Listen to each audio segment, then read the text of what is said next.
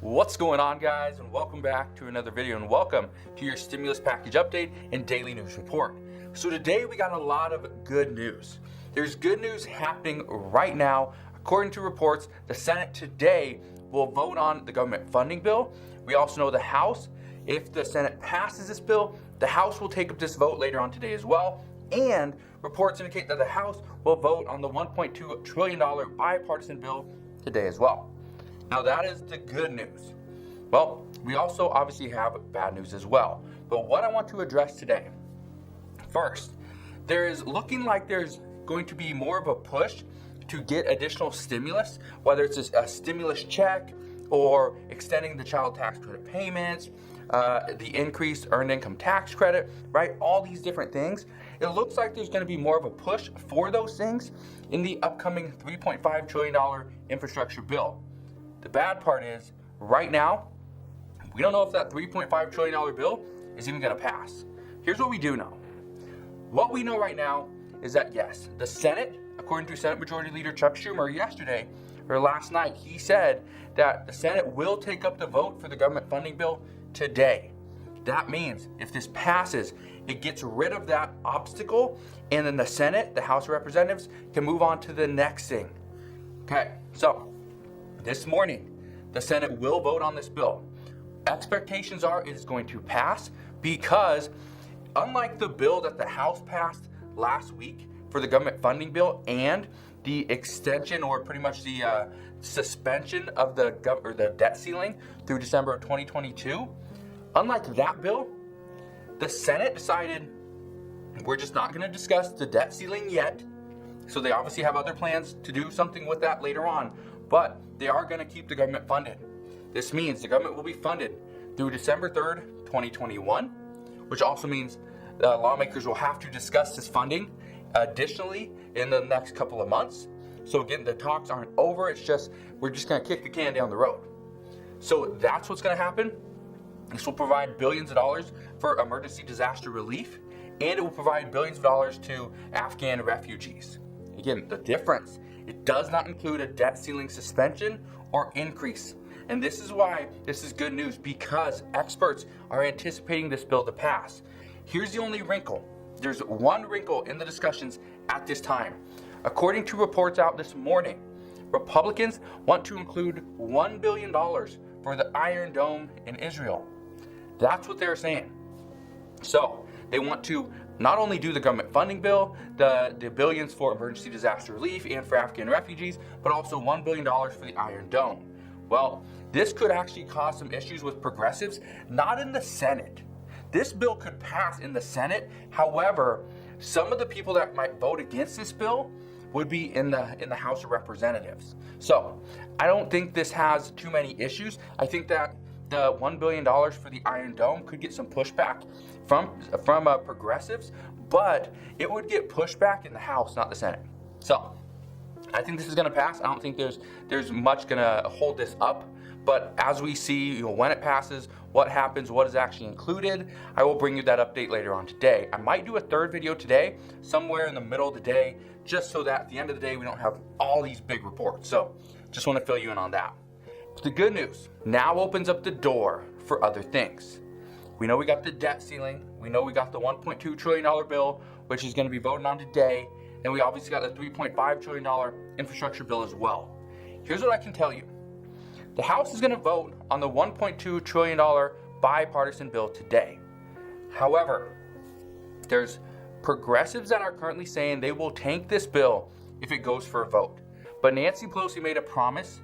Nancy Pelosi said even, a month ago, that this bill will go for a vote by December 27th, and the bills will be passed by October 1st.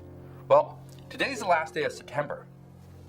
If the bill is not voted on today, there's no way it's going to pass by tomorrow, right? So here's what I can tell you. Nancy Pelosi is bringing up this bill for a vote. However, her, and at least the words coming out of her office are that she doesn't have the votes. She's going to do whatever she can today, throughout the first part of today, to try to draw up some support for this vote. However, expectations are that this is not going to pass. if this doesn't pass, then moderates and Republicans will definitely not support a $3.5 trillion bill. Just to give you an idea, there are provisions within the $3.5 trillion bill that Republicans support. There's bipartisan support there. So Republicans are saying we do not have to, or Democrats don't have to go into this bill thinking that Republicans would not support anything of it. It's just the entire bill, the size of it, the magnitude, what is included.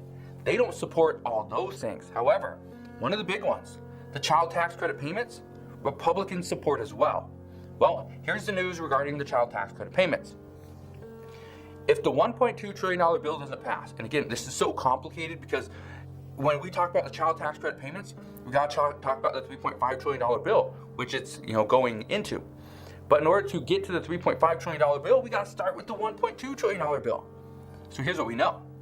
If the $1.2 trillion bill doesn't pass, which is not expected to, moderates will most likely pull their support for the $3.5 trillion bill.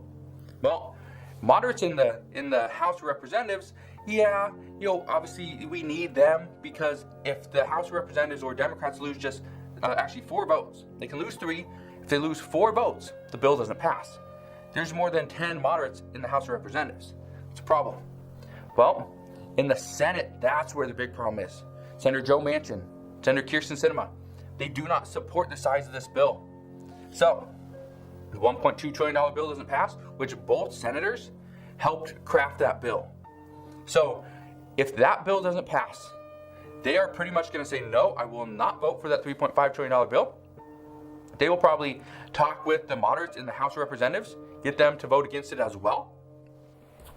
Okay? So once that doesn't happen, the child tax credit payments don't happen either. Free community college doesn't happen.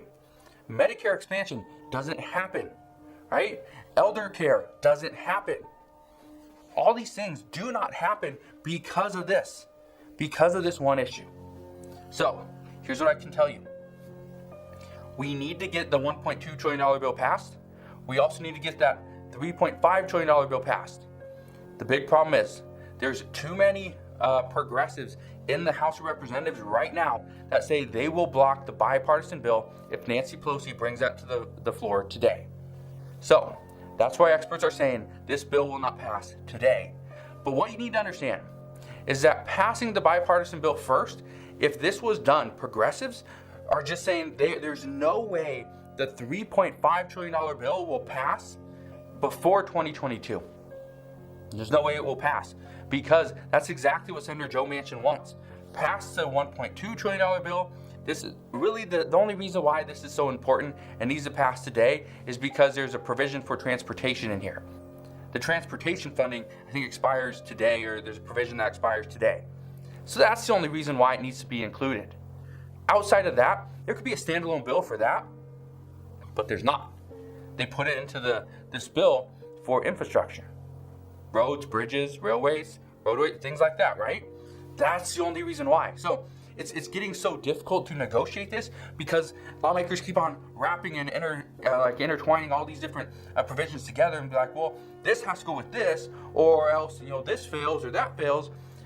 It really doesn't need to be that complicated. But in order to get bills passed, that's the way it works. I don't know if you remember last year around the same time, Nancy Pelosi was trying to put this big bill together, right? She's trying to put together this big bill for government funding. She's trying to put together with the stimulus package, right? And it was going to be this huge bill. Well, it's small compared to what's happening now, but it was going to be this big bill. Well, the problem was we knew if Nancy Pelosi didn't put the government funding bill with the stimulus package, then the stimulus package might not have passed. But the only way it passed was because she put the government funding bill with the stimulus package, which meant, okay, the government was going to be funded for a few more months, or a couple more months. That was it. That was it.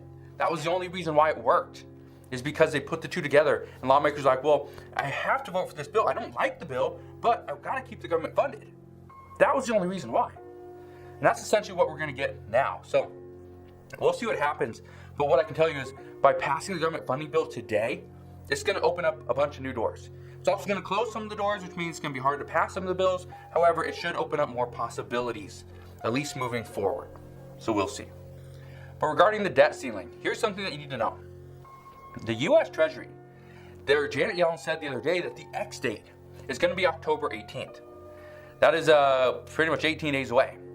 Well, today the U.S. Treasury, or actually, I think it was yesterday, the U.S. Treasury asked federal agencies to review their spending estimates for October.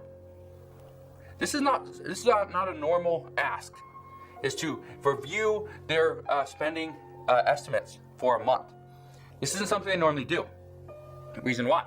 Officials are saying that finding out the X date is a very difficult thing to do, and try to determine when this date is going to be and when the government would run out of money. It's very hard to pinpoint the exact date. So Janet Yellen, the Treasury Secretary, is wanting to review all federal agency expenditures and upcoming revenue to get a better idea of when the government will actually run out of money. Because right now, October 18th is the best guess. Experts say that it is expected. This isn't great news. Honestly, this isn't good news. This is horrible news. Experts are now saying that it is expected that the U.S. government will default on their debts. We will pass that X date. We will run out of money. However, it's because Republicans will not help Democrats raise the debt ceiling or suspend the debt limit. They will not do that. So it puts it all on Democrats at this time. Here's the problem. Democrats, they wasted so much time negotiating the infrastructure bills and spending August on a recess. The problem is, it does not look like Democrats have enough time to do a debt ceiling increase or a debt limit suspension through a budget reconciliation. It would take about 3 to 4 weeks. And what I told you yesterday was if the bill were to happen yesterday, okay, or even if it happened today, even if they were to start this whole process today, that means 3 weeks would be October 21st, which would be 3 days after the X date or expected X date. If it's 4 weeks, it would be 10 days after the expected X date. That's if it happened today. If they started the process today. That's the problem. Many experts do not believe there's enough time. And if you ask Senator Dick Durbin, who's the number 2 Democrat in the Senate, he says that his officials, his team is telling him there's not enough time to do a reconciliation, that they have to pass this with bipartisan support. But right now, Republicans do not want to support this. That's creating a huge issue. Now, one thing I want to bring to your attention, because I touched on it just for a second, but the child tax credit payments, let me touch on this really quick. Right now, what we are hearing is that the $3.5 trillion bill is having so many issues because of its size. One of the things that is currently being discussed is to bring the child tax credit payment down. Okay? Bring it down. Instead of 4 years, instead of extending it for 4 years, maybe we extend it for 2 years. And here's the reason behind this. Okay? If we extend it, it's easier to go and extend again in a couple years. Okay? But it would be easier to extend in a couple years if Democrats remain in control of the House and the Senate. The expectation is Democrats will not remain in control of the House and the Senate. That chances are Republicans will get back at least one of them, if not both. So, what they're discussing regarding the child tax credit payments is that needs to be extended now. Janet Yellen wants to make this a permanent fixture because if it's permanent, it makes it very difficult for lawmakers to pretty much pull out a child tax credit payment simply because it's almost like an additional tax on people that don't earn enough money, for lower income earners, for people with children and families. And so it's going to look very bad whoever decides to pull that out later on. So Janet Yellen is saying, let's make that a permanent fixture in the tax code because if it is, it's going to be very difficult and almost impossible to pull out. So it would always be included. So we'll see if that turns into something that's permanent. But the talks right now are, instead of going for 4 years, let's bring it down to about 2 years to make this a little bit easier to fund, to make it less expensive. Again, thank you guys for watching. Have a wonderful rest. Hit that like button if you enjoyed today's video. Consider subscribing, and I'll see you guys on the next one.